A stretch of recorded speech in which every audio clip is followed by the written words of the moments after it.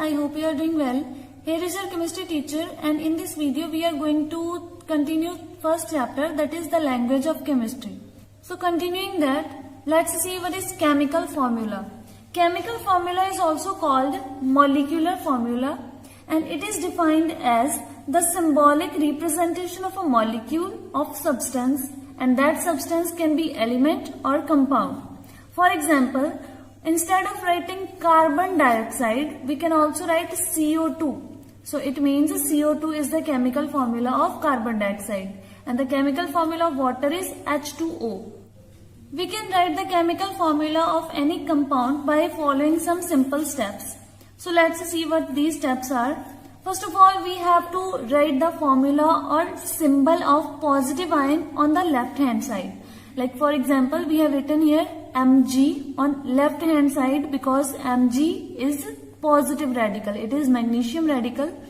So its symbol is written on left hand side. And on right hand side, we have to write the formula or symbol of negative ion or negative radical. Like here we have written Cl negative. Then at the top right of the symbols of formula, we have to write the valency of these radicals. For example, magnesium's valency is 2, and at the top right of magnesium we have written here 2 positive, and chlorine's valency is 1 negative, so we have written 1 negative on the top right of chlorine. Then we have to crisscross the valencies of both the radicals. For example, after crisscrossing, the 2 of magnesium will become subscript of chlorine, and the 1 valency of chlorine will become the subscript of magnesium. So the formula will become as Mg1Cl2. And we don't have to bring the charges along with the valencies. We have to ignore the charges. For example, here we don't have to write that Mg1 negative and Cl2 positive. And we also don't write 1 if it is there in the formula. So we'll write here MgCl2. And then if any common factor is there, we have to remove that common factor also. We can see one more example regarding this. For example, if we have to write down the formula of calcium nitrate, so we'll write down the symbol of calcium and the formula of nitrate. And at the top right, we have to write down the valencies. So we'll write Ca2 positive, NO3 1 negative. Then after crisscrossing the valencies, it will become Ca1NO3, that is nitrate, and here 2. And keep one more thing in your mind, that whenever we are writing the complex radicals, then we have to write that radical in the bracket. Like NO3 is the complex radical, so we have written here NO3 in bracket.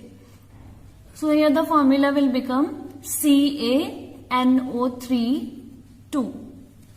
Now let's see that how do we name the chemical compounds from their formula. Firstly, let us see that if we are having binary molecular compounds which contains non-metals only. So for that, firstly we write down the name of element with symbol on the left hand side. For example, the element with symbol on left hand side here is carbon, that is C. So firstly we will write its name. We have written carbon here. Then afterwards we have to write down the other element. Here we are having oxygen. Its name we have to write with the prefix di, tri, tetra, etc. and its name must end with the word ide, I-D-E, ide. So here only one oxygen atom is there, and for one we use the prefix mono. So here we have written mono, and we have to write ide at the end, oxide. So its name is carbon monoxide. Same is the case with the CO2. Firstly, on the left hand side, C is there. For this, we have to write down carbon, and here 2 oxygen atoms are there. So prefix will be di, and oxygen's name must end with the ide because it is on the right hand side. So its name is oxide, and full name of this formula is carbon dioxide. Similarly, SO2 is named as sulfur trioxide. And if we'll write here PCl5, its name will be written as phosphorus. 5 chlorine atoms are there, pentachloride. Like this, we can name the binary molecular compounds which contains non-metals. Then next is if we have binary compound containing one metal and one non-metal. In this case, we have to write the name of metal firstly. Like here NaCl is there, so sodium is metal here. Its name is sodium written firstly, and then afterwards the name of non-metal is written afterwards with the suffix "ide". It is chlorine, so we'll not write here chlorine, we'll write here chloride, sodium chloride. Here calcium is metal and oxygen is non-metal, so it will be named as calcium oxide. Then afterwards Mg3N2 is there. Mg is metal, N is non-metal, so its name is written like magnesium nitride. Here we haven't written magnesium डाइनाइट्राइड. डाइनाइट्राइड हमने तब लिखना था अगर दोनों ही non metal होते. Here we have one metal and one non metal, so it's name is written as magnesium nitride. Then next is about the naming of the compounds containing 3 elements and one of which is oxygen. अगर तो वैसा एक ही compound exist करता हुआ then we have to use the suffix ate only. But if 2 compounds are there, then we have to use the suffix ate if we have more oxygen atoms, and if we have less oxygen atoms then the suffix ite is used. For example, see here we have 2 compounds, that is NaNO3 and NaNO2. Both of them contains 3 elements and one of which is oxygen. Here we have O3 and here we have O2. More number of oxygen atoms, less number of oxygen atoms.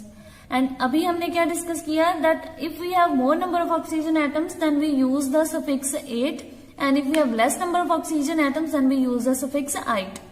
So for this compound we have written the name Na sodium NO3 nitrate. NaNO3 is sodium nitrate.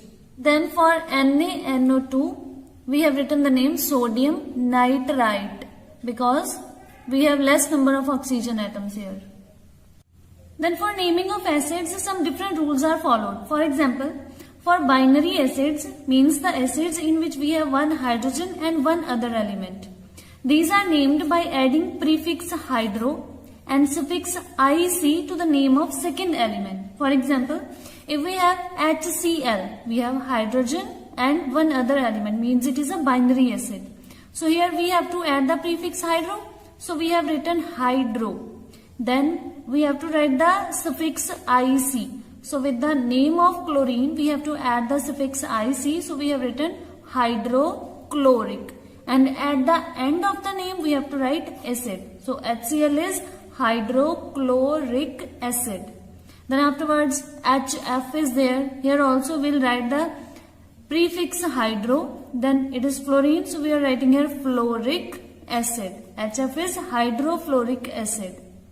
If the acids contain any complex radical, then the name of the acid just depends on the second element. For example, if we have written here HNO3, it is an acid and in it the complex radical is there, that is NO3 negative. So its name depends on N, that is the second element. And in such kind of acids we don't use prefix hydro. So on the basis of N we can write here nitric acid. And for H2SO4, second element is sulfur, so its name is sulfuric acid. Then afterwards we have H2CO3. Second element is carbon, so its name is carbonic acid. Then we have H2SO3. Its name is sulfurous acid. In acids which have different number of oxygens only, like H2SO4 and H2SO3 contains same kind of elements, but here the number of oxygen atoms vary.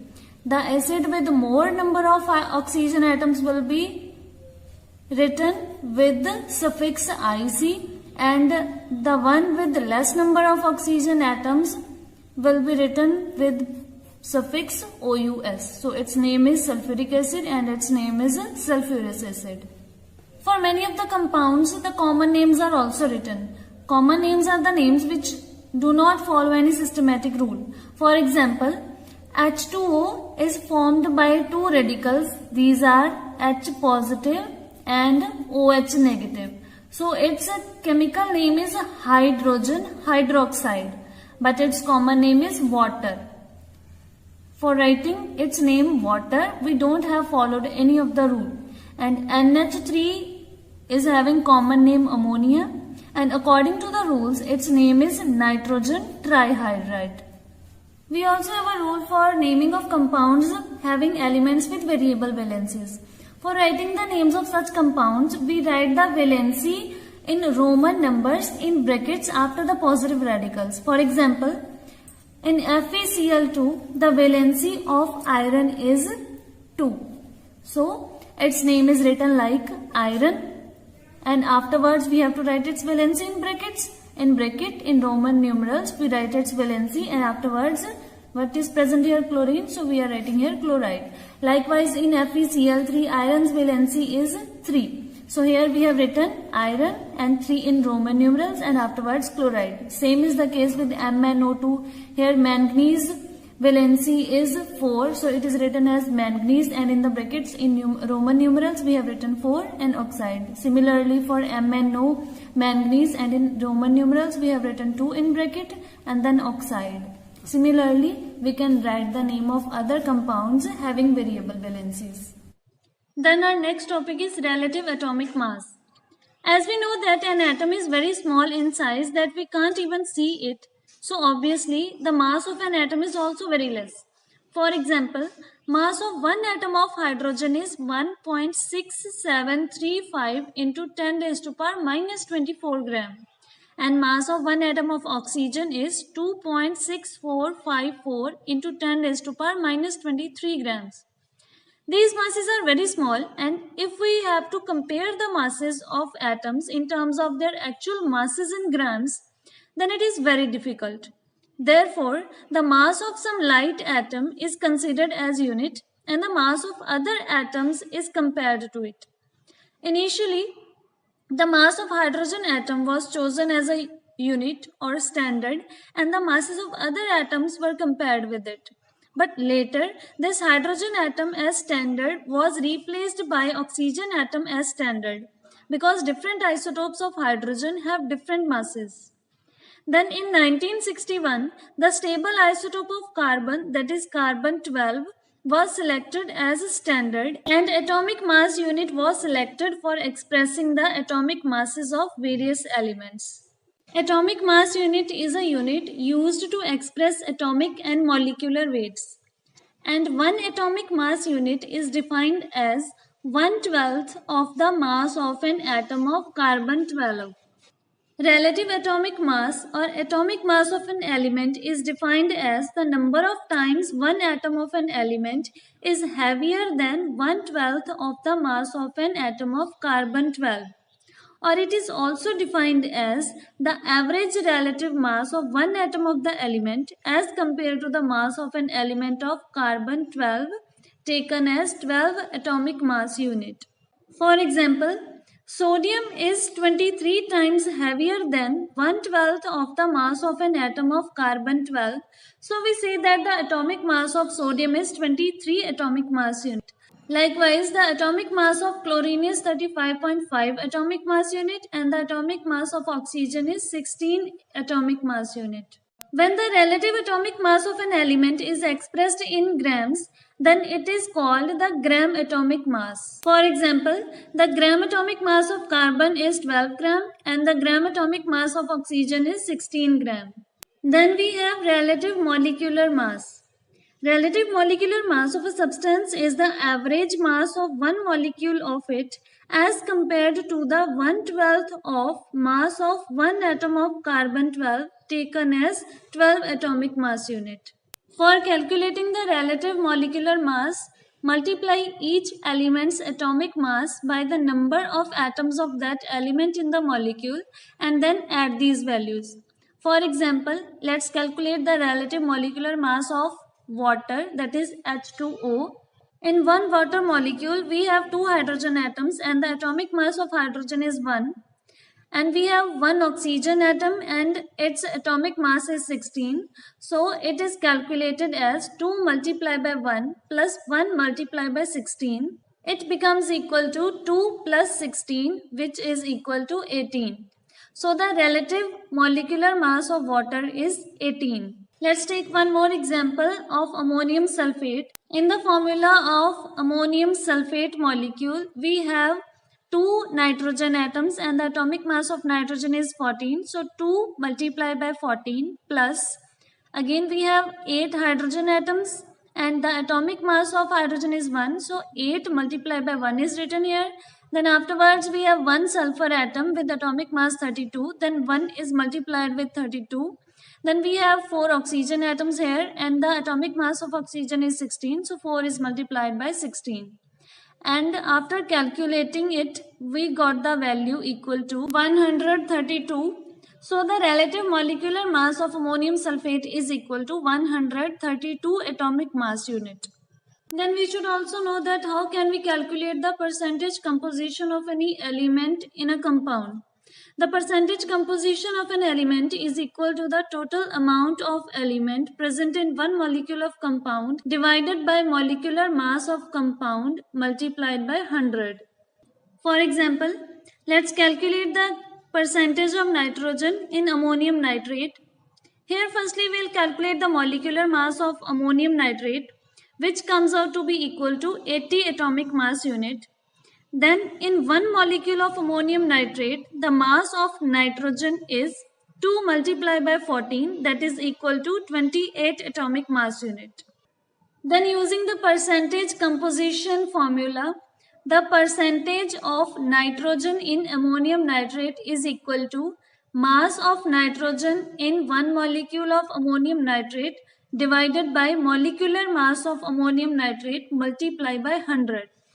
So it is equal to 28 divided by 80 multiplied by 100, which is equal to 35%.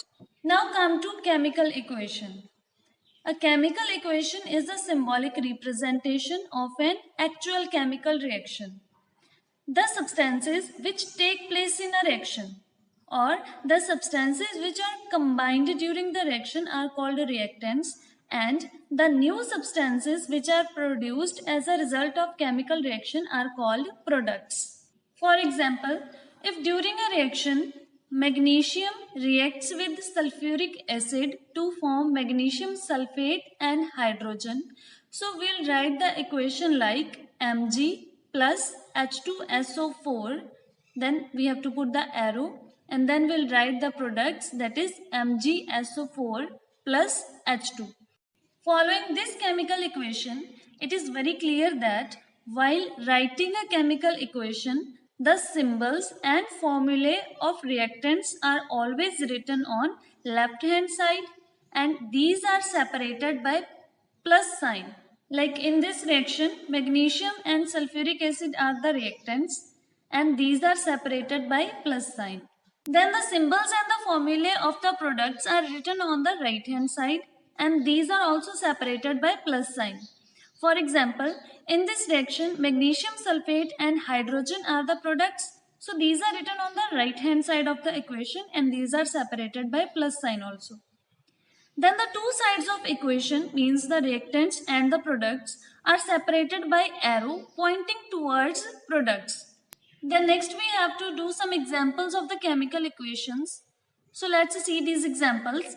Number 1 is the example of such equations in which one reactant and 2 or 3 products are there. This kind of reactions involve decomposition reactions. For example, calcium carbonate on heating decomposes to form calcium oxide and carbon dioxide. Zinc nitrate on heating decomposes to form zinc oxide, nitrogen dioxide and oxygen.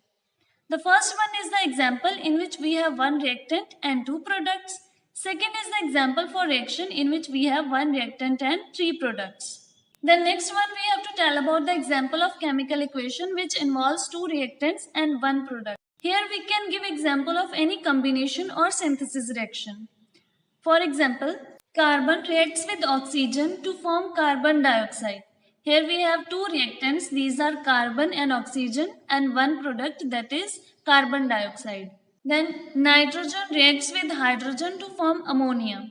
Here also we have two reactants, these are nitrogen and hydrogen, which gives only one product, that is ammonia. Next example involves two reactants and two products. In such examples, you may write any double decomposition reaction. For example, you may write sodium hydroxide plus hydrochloric acid produces sodium chloride and water. Or you may also write silver nitrate plus sodium chloride gives silver chloride and sodium nitrate. Like this, here any double decomposition reaction can be written. Then next we have to tell the examples of chemical equations which involve two reactants and three or more products. The example of reaction with two reactants and three products is sodium bicarbonate plus hydrochloric acid gives sodium chloride, water and carbon dioxide. The example of reaction with two reactants and four products is potassium permanganate plus hydrochloric acid gives potassium chloride, manganese chloride, water and chlorine. Then we must also know to balance the chemical equations. A balanced chemical equation is that chemical equation in which the number of atoms of each element on reactant side is equal to the number of atoms of each element on product side. The balancing of chemical equations is based upon the law of conservation of mass.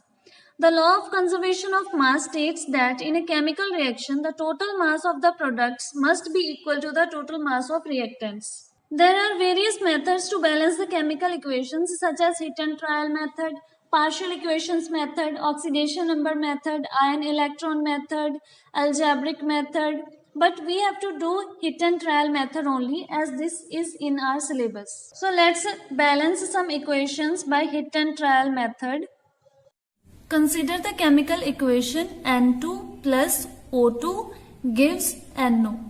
Now let's count the number of atoms on reactant side and on product side.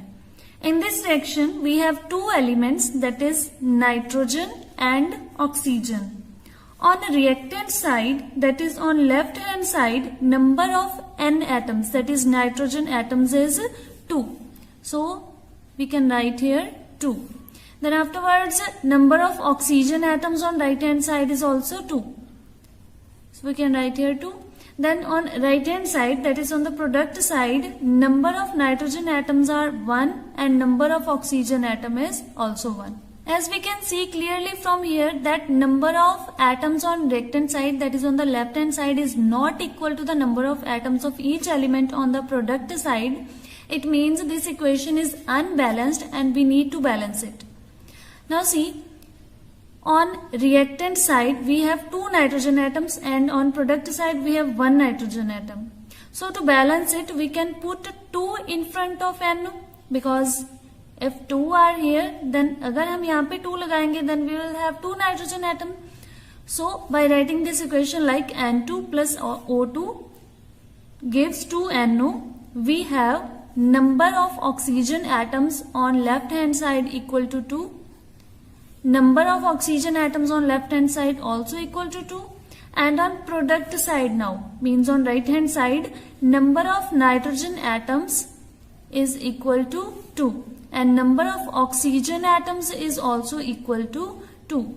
So now it is clear that number of atoms of both elements are equal on reactant side and on product side.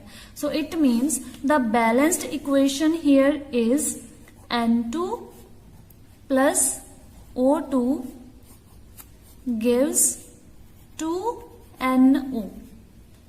Then come to the second equation, that is Mg, magnesium plus nitrogen gives Mg3N2, that is magnesium nitride. So let's count the number of atoms on each side. Magnesium atoms 1 on left hand side, nitrogen atoms 2. On right hand side 3 magnesium atoms and number of nitrogen atoms 2. Here magnesium atom is 1 on left hand side and on right hand side it is 3. It means this equation is not balanced. Now to make the number of magnesium atom equal on both sides, if we put 3 here 3 magnesium atoms are there. अगर हम यहाँ पे भी 3 लगा देंगे, then here also magnesium atoms will be 3. So by writing the equation like 3 Mg plus N2 gives Mg3N2. Count the number of atoms. Magnesium 3 on left hand side, nitrogen 2 on left hand side, 3 magnesium on right hand side, 2 nitrogen atoms on right hand side. Now see 3 both equal on left hand side and right hand side, and nitrogen atoms also equal on right hand side and left hand side. So the balanced equation here is 3 Mg plus N2 gives Mg3N2. Moving on to the next equation, we have iron plus water gives ferrosulfuric oxide and hydrogen. Here in this equation we have 3 elements. These are iron, hydrogen and oxygen. So let's count the number of atoms of these elements on each side. We have 1 iron atom on left hand side, 2 hydrogen atoms on left hand side and 1 oxygen atom on left hand side. And on right hand side 3 iron atoms, 2 hydrogen atoms and 4 oxygen atoms. Now it is clear from here that we have unequal number of iron atoms and oxygen atoms on left hand side and right hand side. So to balance them, firstly we will balance iron atoms. Here we have 3 on right hand side, 1 on left hand side. So we can make it 3 by putting 3 in front of iron. So this equation can be written as 3Fe plus H2O gives Fe3O4 plus H2. Now let's again count the number of atoms. On left hand side 3 iron atoms, right hand side 3 iron atoms. Both are balanced now. Now 2 hydrogen atoms and again 2 hydrogen atoms. Oxygen atoms on left hand side 1 oxygen atom, on right hand side we have 4 oxygen atoms. Now here oxygen atoms are not balanced. So to balance oxygen atoms we can put 4 in front of H2O because here we have 4 oxygen atoms. अगर हम यहाँ पे 4 लगाएंगे तो यहाँ पे भी 4 oxygen atoms हो जाएंगे. So we can write the equation as 3Fe plus 4H2O gives Fe3O4 plus H2. Now again we have to count the number of atoms here. 3 iron on left hand side, 4 2s are 8 hydrogen atoms on left hand side and 4 oxygen atoms on left hand side. And on right hand side we have 3 iron atoms, 4 oxygen atoms and 2 hydrogen atoms. Now here iron atoms and oxygen atoms are equal, but the number of hydrogen atoms are not equal. Hydrogen on left hand side is 8 and number of hydrogen atoms on right hand side is 2. So to balance it means to make this 2 8. If we put 4 in front of H2, then 4 2s are here 8 hydrogen atoms will become. So what do we have to do? Writing this as same. Here we have to put 4. So here number of iron atoms on left hand side is 3. Number of hydrogen atoms 8. Number of oxygen atoms 4. On right hand side number of iron atoms 3. Number of oxygen atoms 4. And number of hydrogen atoms is 4 2s are 8. So this is the balanced equation here. So the balanced equation is 3Fe plus 4H2O gives Fe3O4 plus 4H2. We have one more equation for balancing. Here potassium dichromate, that is K2Cr2O7, reacts with HCl, that is hydrochloric acid, to form KCl, CrCl3, H2O and Cl2. So let's count the number of atoms of each element on both the sides. On left hand side we have 2 potassium atoms. So we'll write 2 here. Then chromium, we have 2 atoms. Chlorine, we have 1 atom of chlorine on left hand side. Hydrogen also 1, and oxygen 7 atoms are there.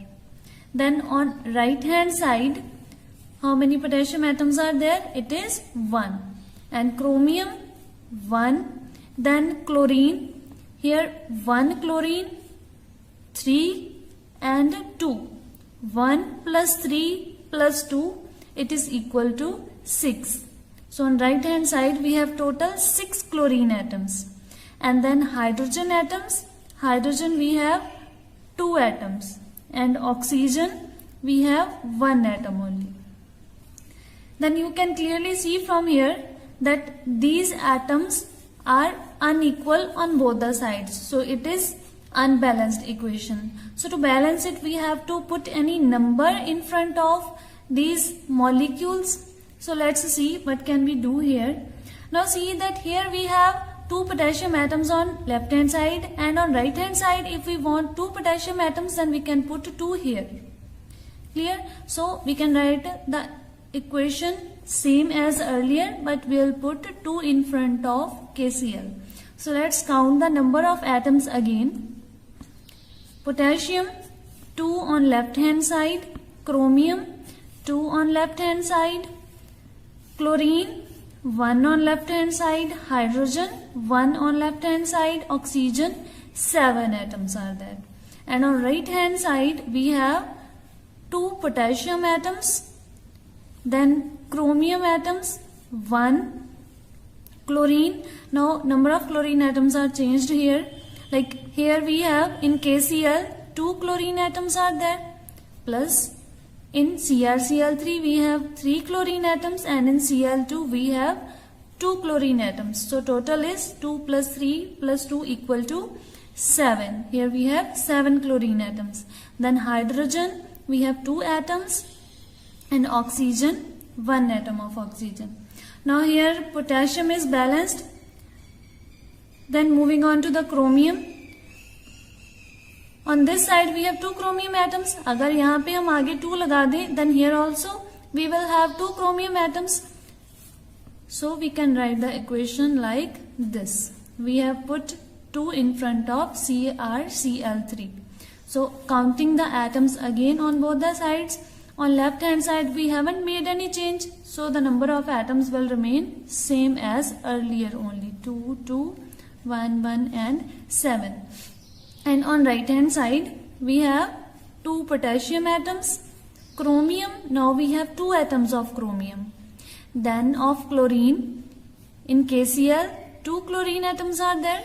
In CrCl3 now 2 3s are 6, means 6 chlorine atoms are there. Then here 2 chlorine atoms are there. Total chlorine atoms are 2 plus 6 plus 2, 10. Then afterwards 2 hydrogen atoms and 1 oxygen atom is there. Now potassium and chromium atoms are balanced on both the sides, but chlorine is still not balanced, so we can put 10 in front of HCl to make the chlorine atoms equal to 10. So the equation now becomes K2Cr2O7 plus 10 HCl gives 2 KCl plus 2 CrCl3 plus H2O plus Cl2. So now again counting the number of atoms of each element on both the sides. On left hand side we have 2 potassium atoms, 2 chromium atoms, 10 chlorine atoms, 10 hydrogen atoms and 7 oxygen atoms. And on right hand side we have 2 potassium atoms, 2 chromium atoms and chlorine atoms, 2 in KCl plus 2 here, 2 3s are 6 plus 2 in Cl2. These are total 10 chlorine atoms. And hydrogen atoms we have 2 and oxygen atoms 1. Now here hydrogen and oxygen atoms are left for balancing. So to balance oxygen atoms, we have to make the two numbers equal to each other. On the left hand side we have 7 oxygen atoms and on right hand side if we want to make 7 oxygen atoms, we can put 7 in front of H2O. So writing the equation like this, we have to write 7 in front of H2O. So again counting the number of atoms on both the sides. On left hand side we have 2 potassium atoms, 2 chromium atoms, 10 chlorine atoms, 10 hydrogen atoms and 7 oxygen atoms. And on right hand side we have 2 potassium atoms, 2 chromium atoms and chlorine atoms, 2 plus 2 3s are 6 plus 2 equal to 10. And hydrogen atoms now here are 7 2s are 14 and oxygen atoms we have 7. Now here number of hydrogen atoms are unequal on both the sides. So to balance the number of hydrogen atoms, on right hand side we have 14 hydrogen atoms and on left hand side we have 10 hydrogen atoms. If we write here 14 instead of 10, then here also we will have 14 hydrogen atoms. So rewriting the equation like, here instead of 10 we have to write 14. Here it was 2, 2 and 7. These are same as the previous equation. So now let's again count the number of atoms. 2 potassium on left hand side, 2 chromium on left hand side, then 7 oxygen atoms are there, 14 chlorine atoms are there and 14 hydrogen atoms are there. And on right hand side we haven't made any change here, so we can rewrite the same number of atoms, 2, 2, 10, 14 and 7. Now here chlorine atoms are not balanced. On left hand side we have 14 chlorine atoms and on right hand side we have 10 chlorine atoms. So to make it 14, now let's count the number of chlorine atoms here. 2 plus 3 2s are 6, total 8. To make it 14, we need 6 more atoms of chlorine. So to make it 6, if we put 3 in front of Cl2, then total number of chlorine atoms on right hand side will become 2 here plus 3 2s are 6 plus 3 2s are 6. Total will become 14. So the change we need to do here is to write 3 in front of Cl2. So writing the equation like 2, 7 and 3. So now we have 2 potassium atoms on both the sides, 2 chromium atoms on both the sides, 14 chlorine atoms on both the sides and 14 hydrogen atoms on both the sides and 7 oxygen atoms on both the sides. So the balanced equation here is K2Cr2O7 plus 14 HCl gives 2 KCl plus 2Cr Cl3 plus 7 H2O plus 3 Cl2.